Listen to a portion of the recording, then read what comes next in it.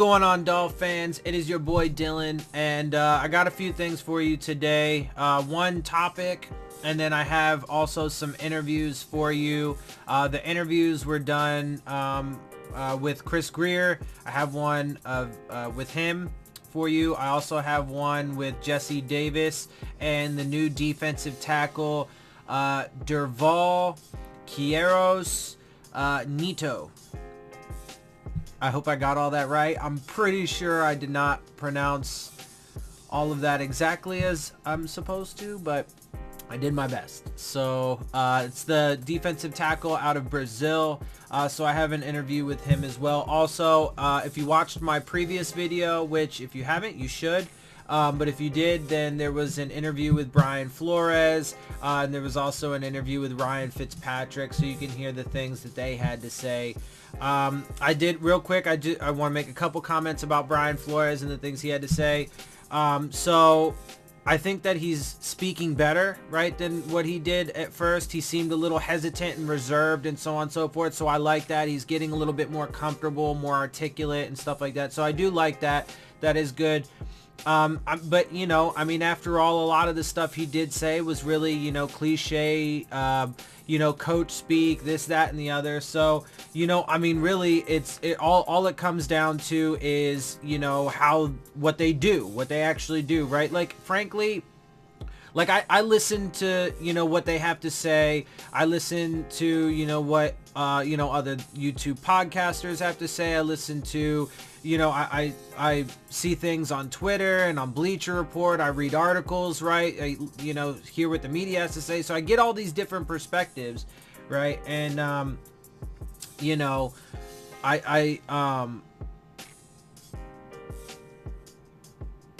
think that I like a lot of the principles and stuff. So, you know, I think that if he's given the chance, I think that he has the opportunity and the capability of instilling the right kind of culture. But what it comes down to is their actions and how they actually choose to do things. Like, frankly, I don't care about what they say, you know, other than it's just part of the context, right? So it is important and it is part of the context, but what's more important and what is more heavily weighed are their actions and the things that they actually do.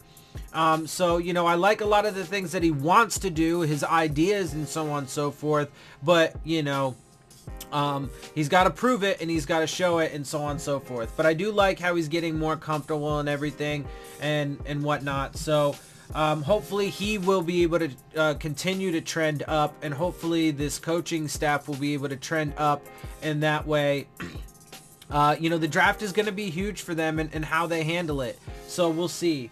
But anyway, catch that interview just, you know, just to see what his comments were, how he answered the questions, and you know, see for yourself. And then, you know, also at the end of this video, obviously make sure you check out the videos that I attached to the end of it, and, you know, for the interviews for Chris Grier and Jesse Davis and Durval Neto, Queiroz Neto. Anyway, so there's that.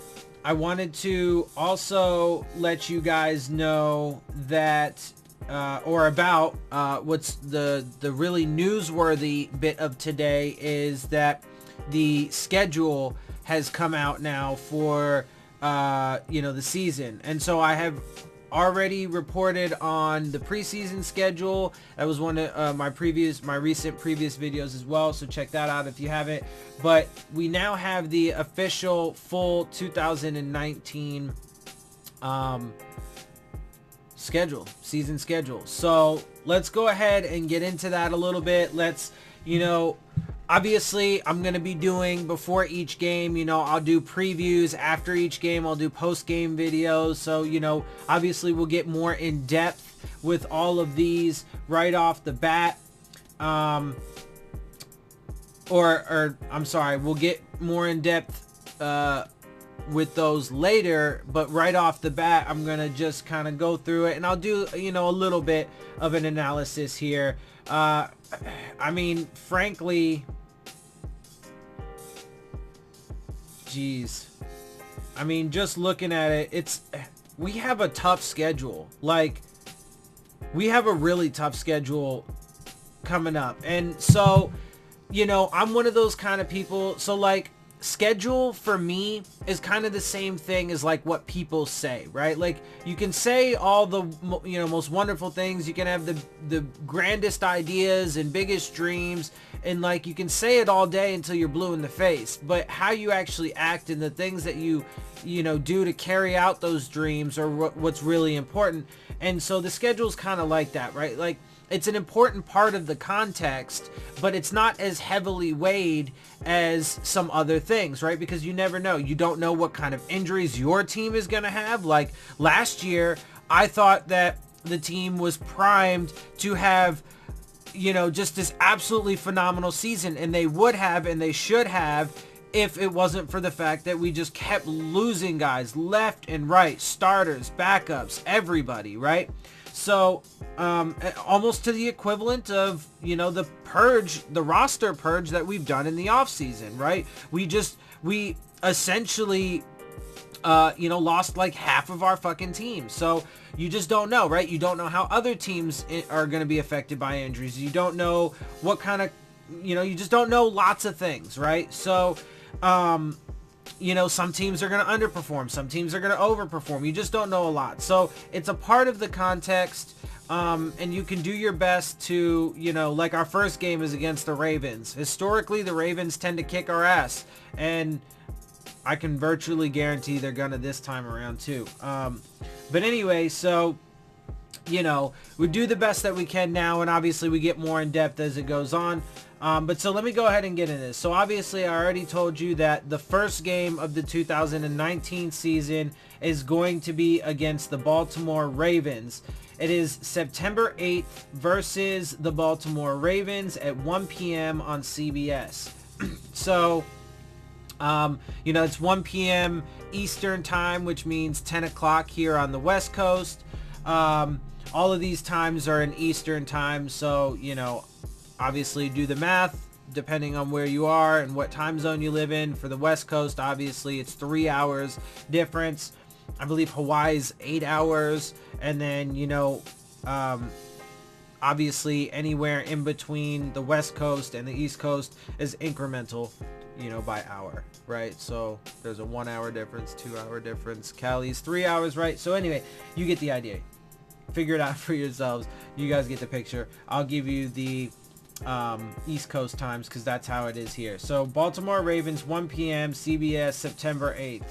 Honestly, I mean, especially with the way our team looks right now, I mean, when I make my preview videos and stuff, I'm gonna go with the Dolphins. I'm gonna try and find some way, you know, like I'm gonna be like, okay, if the Dolphins want to win this game, realistically, they're gonna probably get their asses handed to them, but if they want to win this game, here's what they got to do. And, you know, if they're gonna win, it's gonna be, you know, a thin margin, but a score of blah blah blah, right? And I'm always gonna go with them, but I will keep it realistic with you and let you guys know. And so this first game against the Ravens, you know, is going to be tough. I mean, they got Lamar Jackson. They've always had a good defense. You know, I think they did lose a couple guys. I think they lost one of their prominent linebackers, I think, this offseason. But still, man, I mean, and they're in far better position. Every team in the league right now is in unfortunately, but it's the reality. And if, you know, Dolphins fans don't want to, you know, accept that reality, you know, I mean, like, it real quick, it's crazy to me how some people like could be super excited about the rebuild, like super support the fact that they're completely purging and like tearing everything down, and then, you know, at the same time be like, oh, but, you know, that doesn't matter. The rest of the teams don't have any kind of advantage on us, and, you know, we're still going to be super competitive. First of all, we haven't been in a minute, unfortunately, until the past few years, particularly in 16. That was the most competitive we've been in a minute, but, you know, whatever. So, look, I mean, they have a big hill to climb if they're going to be anywhere even close to competitive. And again, look, I'll say it, Stephen Ross even doesn't expect to be even competitive for a few years. So anyway, Ravens are probably going to mop the floor with us. Then we play, but that is in Miami. So the first game, the season opener is also going to be the home opener. Week 2 is September 15th versus the New England Patriots, who just picked up Demaryius Thomas. I reported on that. That's a 1 p.m. game on CBS. New England, odds are New England's going to stomp us. Then we have, but again, and that's in Miami. Week 3 is September 22nd at Dallas. So that is in Dallas at 1 p.m. on Fox. Dallas is probably going to whoop our ass. Then we go week 4, September 29th versus the Los Angeles Chargers, 1 p.m. on CBS. They're probably going to stomp us. Then we have our bye week in week 5, which honestly, that kind of sucks too, because personally, I like to have the bye week mid to late season, because that's, I feel, when you need it the most. Right? Ideally, the ideal balance for me, I would say, would be like smack dab in the middle of the season. But middle to late season, I feel like, is when it's more needed. And so having that early bye, and look, I mean, if we go 0-4 and then we go on bye, I mean, which is highly likely. I mean, look, the Baltimore Ravens, New England Patriots, Dallas Cowboys, and Los Angeles Chargers in the first 4 games. We don't have any kind of, credible, known offensive line right now. And I mean, even if we took an offensive lineman with the first 2 picks, I mean, they're still rookies. We don't know what they're going to do. So, I mean, and with some of those pass rushers from the Ravens and the Chargers, and we got Fitz fucking stupid ass back there, right? So, that's all fucking fat and shit right now, like laughing it off, like, I ate a ton of fucking cake in the offseason. And then he goes on to, look, I'm sorry, I'm not trying to hate on the dude. I actually think he's probably a good guy overall, but I mean, come on, you go joking about, and then he talks about how much he's, after 15 years, he still loves it and wants to play and so on and so forth, blah, blah, blah.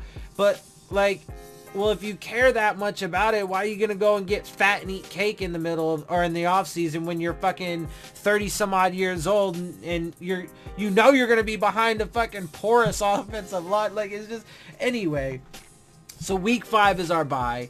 It's early, and so we just got to deal with that. Week 6, October 13th versus the Washington Redskins at 1 p.m. on Fox. So that's another game in Miami. So, I mean, we're already, through the first 6 weeks of the season, we've already played 4 of our home games. That means we're going to have away games heavy towards the end of the season, which is not good either. You would want more home games, and especially because our division rivals are up north, so we're going to end up playing in the cold.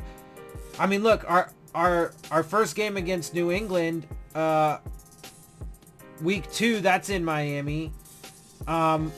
Week 7 we play at Buffalo, so that's October, so that's not terrible. Anyway, so the Washington Redskins, though, out of all of these teams, they're probably one of the more beatable ones for us, so maybe we can get a win there. We'll have to see. Week 7 is October 20th at Buffalo, 1 p.m. on CBS. So, it's not, November or December, so that's good. So it won't be that cold, hopefully. Probably not snow, but you never know. I mean, the weather is getting crazier and crazier every year because of climate change, so that's wonderful. But, we'll see. But, I mean, either way, I mean, that's at Buffalo, so we're going to be in their stadium. Look, I mean, I expect they're going to whoop our ass, too. I mean, they're... they've been rebuilding for a couple years now, and even when they did rebuild, they purged some guys, but not quite like we did, I don't think. I don't know. Obviously, I don't follow the Bills close enough to be able to say, so you know, you guys are more than welcome to correct me on that. But I mean, I'm pretty sure, and look, they have a quarterback now, a young quarterback that they drafted that's been there now for a couple years, in Allen, and he's going to do good things. They got really good guys. They've got a solid defense. So look, I mean, they're going to be tough. I expect they're going to beat us. Then we play week 8 is October 28th at Pittsburgh. That actually is a primetime game though, 8:15 p.m. on ESPN. So look, and I hate to be this, you know, like defeatist about it, but like, I'm just being real, man. Like, honestly, I expect the Steelers, even though they lost Le'Veon Bell and Antonio Brown, they still have far more weapons, and they got Ben Roethlisberger. They're still far ahead of us, you know, in the game right now. And I mean, they're, you know, look, I mean, I expect that they're gonna beat us, you know, and we're gonna get probably embarrassed on national television, unfortunately. Then week 9, November 3rd versus the Jets. So that means the second game against the Jets will be even later in the season. So we'll have to go up north for them and the Patriots later in the season. So it could be cold there. But the first one is in Miami, November 3rd against the Jets, 1 p.m. on CBS. Week 10 is November 10th at Indy. So it is, you know, getting middle of November at this point. It's the Colts, 4 or 5 p.m. on CBS. It could start getting pretty cold then. Week 11 is November 17th versus the Bills. So that is in Miami. We won't at 1 p.m. on CBS. We will not have to play the Bills in the cold, at least not too cold, hopefully. But then November 24th, week 12, we play at Cleveland. We play at the Browns. I think the Jets are going to steamroll us. I think the Colts are probably going to beat us. The Bills will probably beat us again. The Browns actually stand a really good chance of beating us. They are stacked at this point as a team. That's 1 p.m. on CBS, November 24th. And that's at Cleveland. So that's going to be in the cold. Then December 1st, we play the Philadelphia Eagles at home, 1 p.m. on Fox. That's week 13. But the Eagles are a good team. You know, they'll probably beat us. Honestly, looking at this schedule, I don't expect us to win very many games. Week 14, December 8th at the New York Jets. So we go up to their stadium, 1 p.m. on CBS. I'm pretty sure they're going to beat us. The New York Giants is then week 15. So that's a team we could probably beat. But it's at New York, right? So that's going to December 15th. So that's going to be, you know, up in New York in the middle of December, and we're playing them in their stadium, 1 p.m. on CBS. We could be, you know, terrible. We could have won like one game at this point. You know, we could just be beaten up and bruised and demoralized. It's a first-year head coach and a staff. So, I mean, look, and the reason why I'm saying those things as opposed to like, well, you know, we could be 10-3 at this point. I mean, come on, really? Does anybody really think that's going to happen?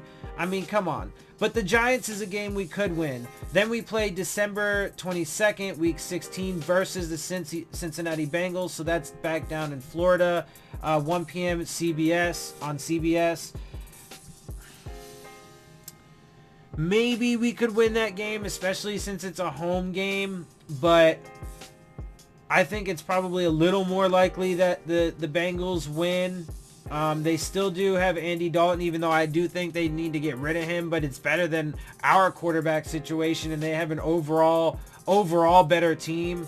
So they could win that game. And then week 17, we end the season against the Patriots in New England. So that's fabulous. The entire world gets to watch us get our asses fucking handed to us in New England, you know, deep in December, when, I mean, it's a 1 p.m. game on CBS, December 29th. So, I mean, honestly, looking at this, guys, just as a preliminary, I'm thinking 1, 2. I hate to say this, but I'm seeing like 2, maybe 3 winnable games on the schedule. And so, I mean, look, they still have the draft to go. They still have all of the offseason, preseason, the season. They have time to prove me wrong. They have time to work it out and put it together, and I hope that they do. Unfortunately, I don't. My perspective is that's not going to happen, and especially like with this schedule and with the way it's going to all play out, man, as of right now with the information and data that I have, unfortunately, I'm going to have to, you know, set my expectation and put my initial prediction at, you know, a 2 to 3 win season. You know, we're going to go 2-14, 3-13. So, and, you know, until they prove me wrong and until they prove otherwise, you know, like I said, all the information right now points to that being the far more likely. I mean, look, you can look at the things that, you know, these people have said, right? The thing from Stephen Ross to the coaches and players. You can look at, you know, small things like, you know, those videos that I put up of, you know, the players when they were coming in and how they looked, right? And the faces that they had on and stuff like that. You can look at, you know, the stats and compare the players like I did with Ryan Tannehill and Ryan Fitzpatrick. You can look at history with other franchises and how they've done things, how this franchise done. You can look at all this stuff, right? And you can make the best, you know, prediction you can. And with all the information that I have, the various different, you know, bits of information, when put all together, it just, the rebuild, the first year head coach, right? All these things, the complete purge, all of these factors, it's going to be a pretty dismal season for the Miami Dolphins. Now, here's the thing, right? So I know the coaching staff is like, and this is where I'll end the video before I send you guys off to the interviews. So the coaching staff says they're not going to tank. They're going to try and win every game. And I believe they want to. I believe they have that desire. And I believe that they're going to try. But I think they know. And again, their actions speak louder. And their actions seem to be showing that they know it's going to happen. And even with a lot of their comments, with a lot of the like beat around the bush kind of, you know, way that they talk about things, or the real, you know, cliche, politically correct way that they talk about things, right? So, you know, it feels like they know it, right? They know that they're going to be terrible this upcoming season. So it just all depends on how they play this out. So ideally, for me, now this is, again, my perspective, you know, I'm not a GM, blah, blah, blah, whatever, but this is how I would go about it, right? So from here, I mean, like I said, already, I don't agree with a lot of the moves that they made. I would have done things differently up to this point, but at this point, what I would do is I would definitely trade back in the draft in the first round, maybe even multiple times throughout the draft, right? Maybe do it in the second, maybe do it in the third. It just, it depends. Depends on how the board falls, what other teams are doing, so on and so forth. It all depends. But I would trade back and trade back as much as I could to accrue as much draft capital as absolutely possible. You know, like, don't trade back so much that we take ourselves out of the first round. I still want a first round pick, right? But, you know, maybe trade from 13 to like 17, you know, get a couple extra picks, right? And then with 17, take, you know, one of the top offensive or defensive linemen in the draft, right? And then blah, blah, blah, right? And so out of this draft, I want to get, you know, 2 offensive and defensive linemen earlier in the draft, higher, right? Those are my 2 biggest priorities. So, you know, a center and a guard, or a tackle, whatever, right? An interior offensive lineman and maybe a tackle, whatever. And then you know, a pass rusher and an interior defensive lineman out of the draft. I want to get them early on. I want to take a quarterback somewhere between 3 and 5, depending on how all things play out, right? Trades, how the board falls, blah, blah, blah, blah, blah. And then I also want to get a cornerback. And then as undrafted free agents, I'd like to get some wide receiver and running back help there. And then, so accrue as much draft capital as possible. And then, you know, we're going to be high in the draft next year. And no, I don't want to take a quarterback. I do not want to take Tua Tagovailoa in the first round. I want to continue to fortify the trenches because we are so in the hole, so to speak, and no pun intended there, in the trenches right now, that we have so many holes to fill that for the next couple years, I think that needs to be our highest priority, and we need to put our biggest investments there. And so, but again, I do want to take another quarterback though next year. Again, somewhere probably in the middle rounds. So, and then every year, I've said this before, and I'll say it again, every year we should take a quarterback. No higher than round 3, but, you know, on average, you'll probably take one, you know, somewhere around 5 or later, right?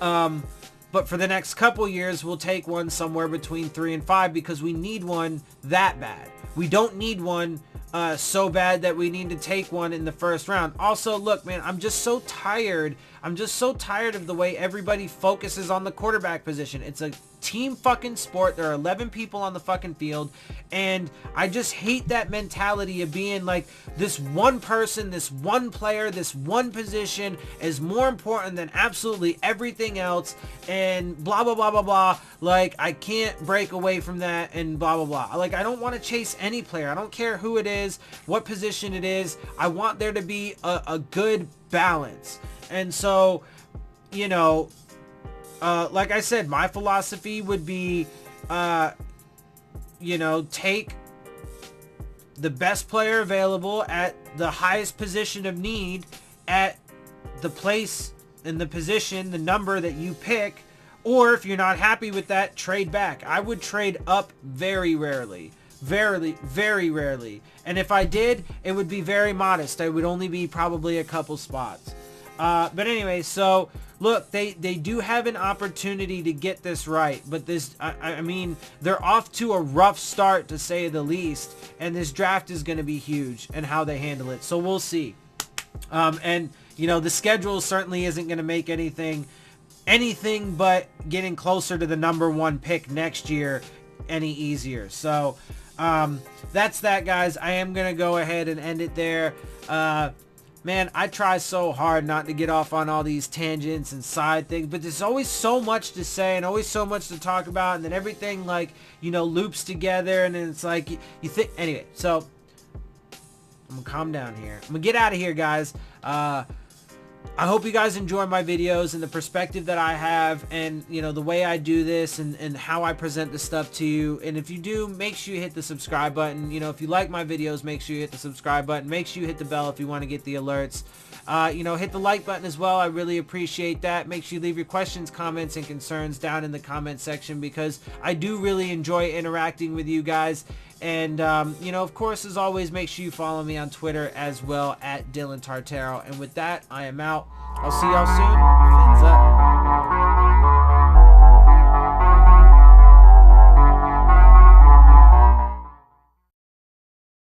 From Brazil, when you we have a kicker in the NFL. He played in Tampa Bay. yeah, But he have a different history because he came here for high school, college, and then he made to the NFL.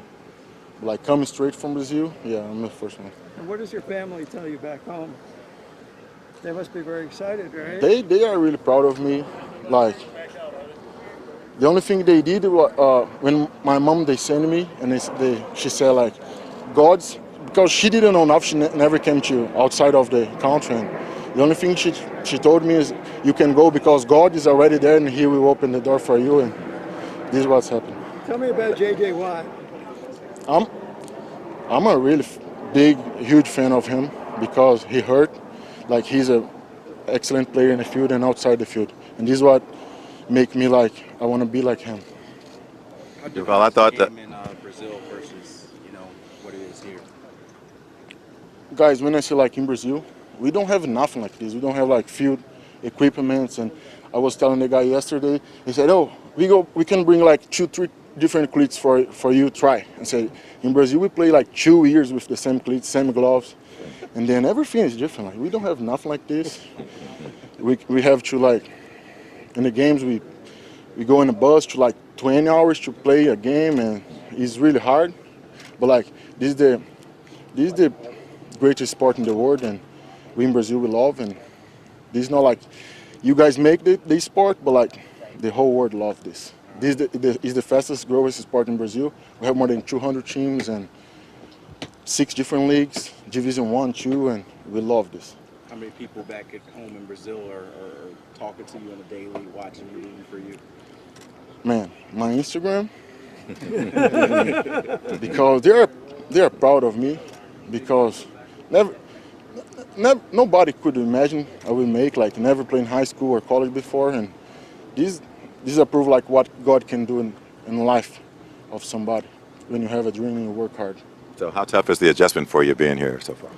Yesterday, like I told you, was a great like welcome to the big leagues, because it was tough, man. Most of the time I was just, God, how I go make this? And I was really tired in the field, and the tempo, the time, everybody screaming was a big transition, but I will run this through and make my family, my country proud of me. Have they told you that this is nice, that in the summer, like it's even hotter? Nah, you guys don't know nothing about hot. In Brazil, in Brazil, it's hot all the time, and 7 months per year we have rain and sun, and it's crazy.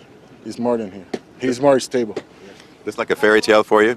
Is what? Like a fairy tale, like a dream come true for you? What I can say, man. This is a big dream, man. Just like I can't imagine how many people want to be in my place right now. But like God, He gave this for me, and I just want to grab this and make it happen. Sorry if you've been asked this, but how did you get into American football and away from soccer?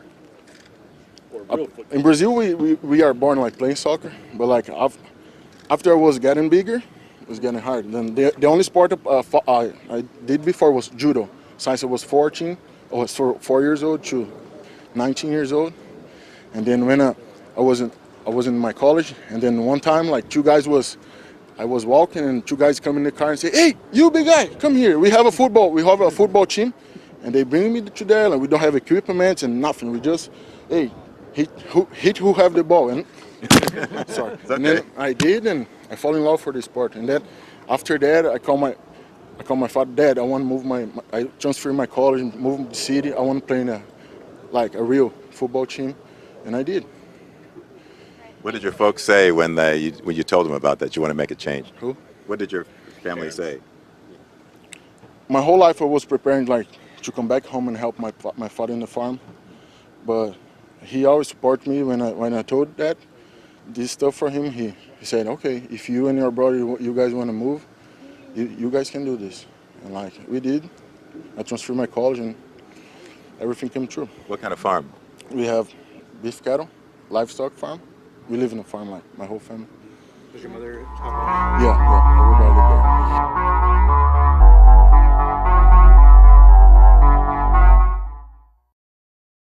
Guard, has that been their indication to you? Just going day by day wherever they want me. That's where I'm going to be. Nothing yet, so. It's been guard the first couple days of this camp. Yeah, so far. Are you most comfortable there? I would say so, just because how the whole year I played guard, but I'm still working tackle on my own and stuff like that. So how much do you think you're going to be spending time cross training, and would learning that tackle spot be easy to regain that stuff? They haven't told me anything about it. It's just, day one, here's where you're going to play. Day two, here's where you're going to play. I'm comfortable doing both, left side and right, but it's whatever they have their mind up to. What's this offseason like, knowing you spent an entire year, played every snap as a starter? It's been great. I've been here the whole off season, working out at the facility, around everybody here. Healthy, nothing's banged up, so we're doing good. What's the next step for you in your career, in your opinion? To get a starting spot right now, and then just improve every day. Take in what they're teaching us here. Just every day I'm just trying to improve. That's my number one goal.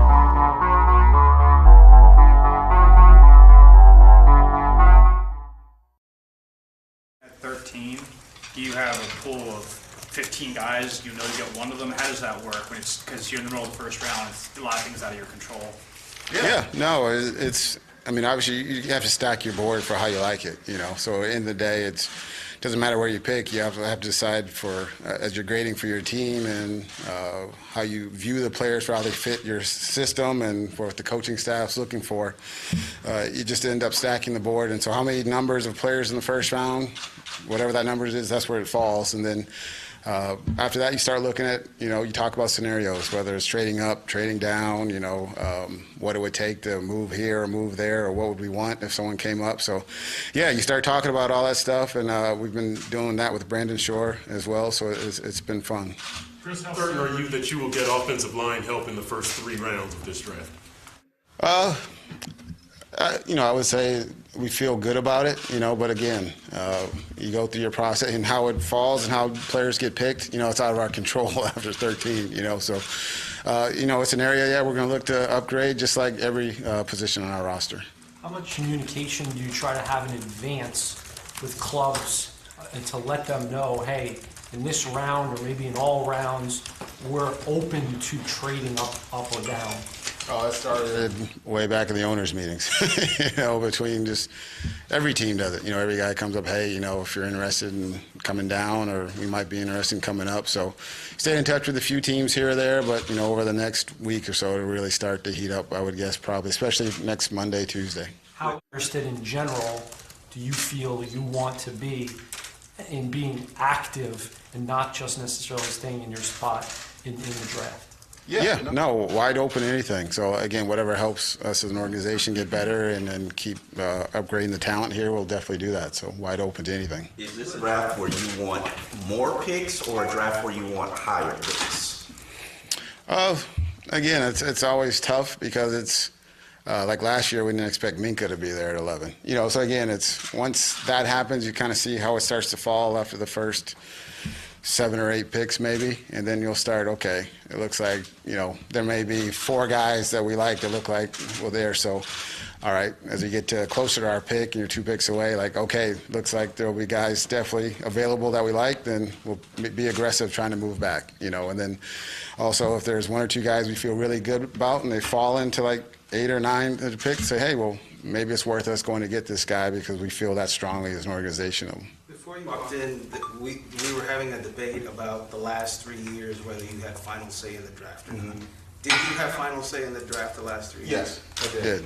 It was a collaboration. I mean, as you know, and you know me, it's as we talked about, I'm not going to force a coach to take a player because that doesn't work. If the coach doesn't want a player and I say, no, we're taking him, and then works out one way or the other, good. But if it doesn't, it just creates that animosity and then the distrust, and it's not worth it because you've been around here long enough. You've seen a lot of that happen. So I'm not going to force any player on anyone.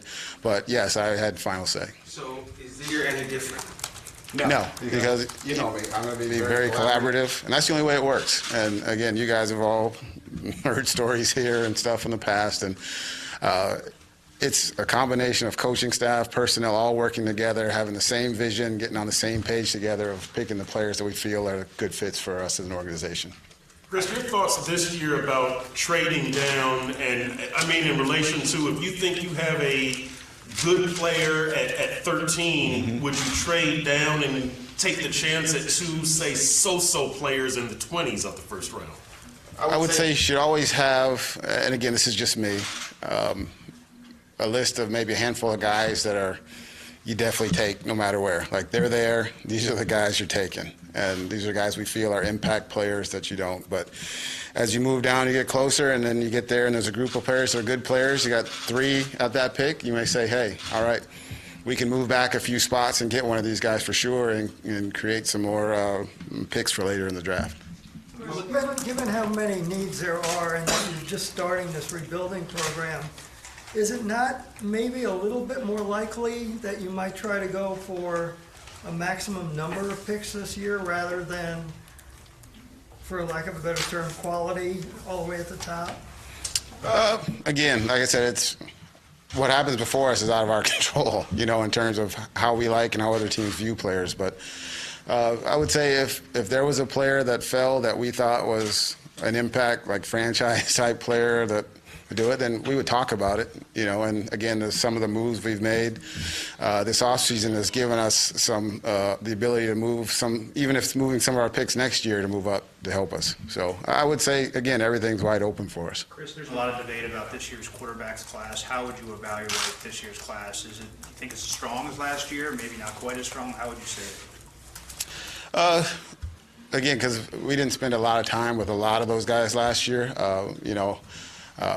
we obviously thought a couple of those quarterbacks last year were really special. I think this class is a good class of quarterbacks. I would say that, again, like all of them, this class probably has some players that haven't started as many games as you would like to see, in terms of helping you paint the picture for what they could be. So it's a little more projection on a lot of them. But I would say overall it's a good quarterback class. Is it fair to say that even if it's not in the first or second round, that you would like in some round to take at least one quarterback this year?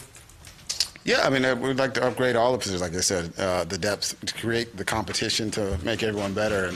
But again, we're not going to reach for anyone just to take one and do it, because then that's just, you're passing on a player just for a need at that point to say it because everyone feels we need to get better. Because at that point, if you get down and you're just reaching in the third round, but you're passing on a guy that could be a starting tackle or something, then, you've hurt your franchise. Do you see any potential franchise quarterbacks in this draft? There could be, yeah. I mean, it's every class, you know what I mean? But quarterbacks have been so hit and miss over, you go study them. It's 50% or less, end up becoming even good starting quarterbacks. So it's hard to say that, but I mean, every class has, one or two quarterbacks that have become a good player in the league. Are you in the Parcells clan where they believe that starting quarterbacks, you need more than 1 year? You need a good substantial sample size of college starts to really understand who he is. You got going with the old Bill quarterback thing. I do think it's important, the starts, because it helps paint the picture again, because the guy's seen and played more football. But these kids nowadays are playing 7-on-7 football. You've seen it. The tournaments have been going on, and they had one at, I think it's St. Thomas last week. So these guys have been doing this, throwing the football and doing all these camps, working with these quarterback gurus, some of these kids since high school. So a lot of them have been exposed to more probably than what they were back in the day in terms of the football knowledge. So, no, I think it's part of the picture in terms of when you're talking about a player, but I don't think it should rule you out for ever picking somebody. The defensive line is talent-rich this draft. How many of those guys, inside or outside, would you say are elite defensive linemen?